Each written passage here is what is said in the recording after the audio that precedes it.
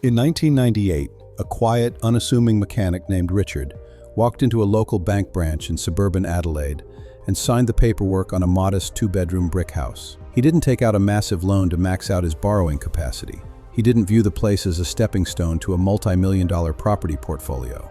He just wanted a place to store his tools and park his old Holden Ute after long shifts. Decades later, when Richard passed away, his family opened his financial records, expecting a simple estate. What they found stunned them. A total net worth exceeding $6 million.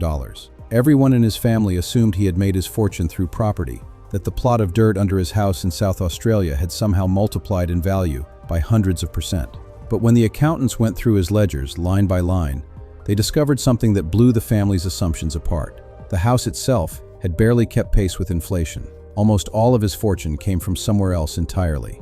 Money he had steadily diverted away from upgrading to a massive mortgage, avoiding body corporate fees, and keeping his housing expenses minimal, while funneling every spare dollar directly into high-yielding Australian dividend stocks and broad market index funds, compounding year after year. In Australia, we are handed a very specific playbook the moment we enter the workforce. Buy a house, stop paying off someone else's mortgage, build equity. It's an idea deeply woven into the culture. Owning property isn't just treated as a solid financial choice down under, it's treated as the ultimate measure of adult success. Yet right now, millions of homeowners are sitting in properties that look like gold mines on paper, completely unaware that their primary asset might actually be acting as a slow, continuous drag on their liquid cash flow. To see why this happens, you have to look past the median price growth headlines and look at the actual mechanics of a home loan. Take a standard 30-year Australian mortgage. If you borrow $800,000 at an average interest rate of 5.5%, your monthly repayment sits at around $4,500. Over 30 years, you won't just pay back that $800,000. You will pay back roughly $1.63 million in total.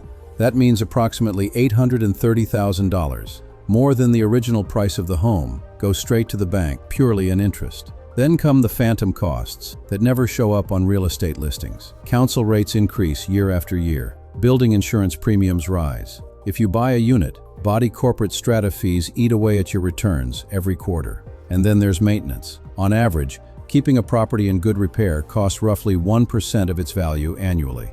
On a $1 million home, that's $10,000 every 12 months, just to keep the roof from leaking and the hot water system working. Consider Richard's mate, Dave. Dave bought in the same suburb at the same time. While Richard kept his housing costs rock bottom and bought shares, Dave was spending his weekends at Bunnings buying timber, replacing rotten decking, dealing with a surprise $4,000 emergency plumbing call, and writing checks for council rates. Dave felt wealthy because his house price went up, but his liquid bank account was constantly getting drained to maintain it. This brings us to the core rule of housing math that almost nobody talks about. There's a common phrase thrown around in personal finance: renting is dead money. That phrase sounds convincing, but it ignores a fundamental reality of cash flow. Rent is the absolute maximum amount you will pay for shelter in any given month. A mortgage repayment is the absolute minimum. If a pipe bursts inside a rented unit at 2 a.m. on a Sunday, the tenant turns off the main valve, calls the property manager, and goes back to sleep. The owner pays the emergency plumber, covers the water damage restoration, and deals with the insurance excess. When you rent, you trade ownership for price certainty. Your housing cost is locked for the duration of the lease. There are no sudden $15,000 underpinning bills for cracked foundations, no surprise special levies from the body corporate, and no unexpected maintenance costs destroying your monthly savings plan. Let's look at the actual side-by-side math using real historical averages. Suppose you have a target deposit of $150,000 saved up. Scenario A, the home buyer. You put that $150,000 down as a deposit on an $800,000 home, taking on a $650,000 mortgage at 5.5%. Over 30 years, when you combine interest repayments, council rates, insurance, stamp duty on purchase, and ongoing maintenance, total housing costs sit at roughly $4,500 a month. That brings your total capital outlay over 30 years to approximately $1.8 million out of pocket. If the property grows at a conservative 5% baseline annually, typical of broad national averages, though hot markets like Sydney and Melbourne historically run higher. The home is worth roughly $3.4 million in 30 years. Subtracting your total outlay and transaction costs leaves you with roughly $1.5 million in net gain. Scenario B, the rentvestor. Instead of putting that $150,000 into property, you rent a comparable home in the same suburb for around $2,000 to $2,500 a month, depending on neighborhood and market conditions. Comparing that to the $4,500 total monthly cost of owning in Scenario A leaves a clear $2,000 monthly gap. You take the initial $150,000 deposit and invest it into a diversified index fund, yielding an average net return of 8% annually, where franking credits on Australian dividend stocks help offset tax drag for mid-range income earners. Then, you take that $2,000 monthly difference between renting and owning and automatically invest that surplus every single month. Even as rent increases over time, gradually reduce that monthly gap. The compounding surplus remains substantial. Over that same 30-year period, that portfolio grows to over $4.4 million. Because stock market investments don't require maintenance, council rates, or body corporate fees, almost every dollar of that capital compounds uninterrupted. Beyond the direct numbers, two major factors tilted the scales in Richard's favor: concentration risk and mobility. When you buy a home, 80 to 90% of your total wealth is tied up in a single physical asset, on a single street, in a single suburb. If the local economic dynamics shift, if zoning changes nearby, or if a major regional employer shuts down, your entire net worth takes the hit. Richard's portfolio, by contrast, owned tiny slices of thousands of companies across Australia and internationally.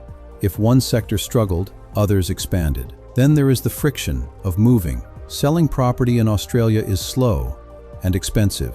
Between real estate agent commissions, marketing fees, and the stamp duty required to buy the next place, moving can easily consume 5 to 8% of a property's total value in transaction costs alone. Because of this financial penalty, homeowners often pass up career advancement opportunities in other cities or states. A renter operates with strategic agility. When a major promotion or business opportunity opens up elsewhere, they pack up when their lease ends and go, taking their liquid investments with them without incurring tens of thousands of dollars in transaction fees. Now, it is essential to look at where this strategy fails, because for many people, renting will not make them rich. The math behind renting and investing relies entirely on one variable: extreme personal discipline. A mortgage acts as a forced savings mechanism. If you don't pay the bank every month, you lose your home.